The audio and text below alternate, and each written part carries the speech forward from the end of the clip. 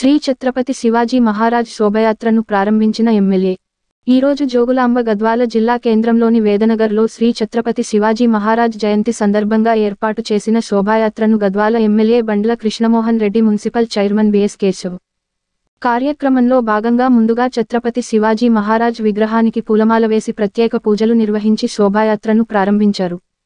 పట్టణంలో వేదనగర్లో ఉన్న శంభూనాథ్ మఠం నుంచి శోభయాత్ర ప్రారంభించి గద్వాల పట్టణంలోని రాజవీధి రాజ వైఎస్ఆర్ చౌరస్తా రాజీవ్ మార్గ్ మీదుగా శోభయాత్ర భారీ ర్యాలీతో నిర్వహించారు.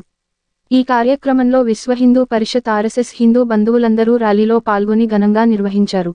ఈ కార్యక్రమంలో కౌన్సిలర్స్ నాగిరెడ్డి శ్రీమన్నారాయణ నరహరి శ్రీనివాసులు రామాంజనేయులు తదితరులు పాల్గొన్నారు.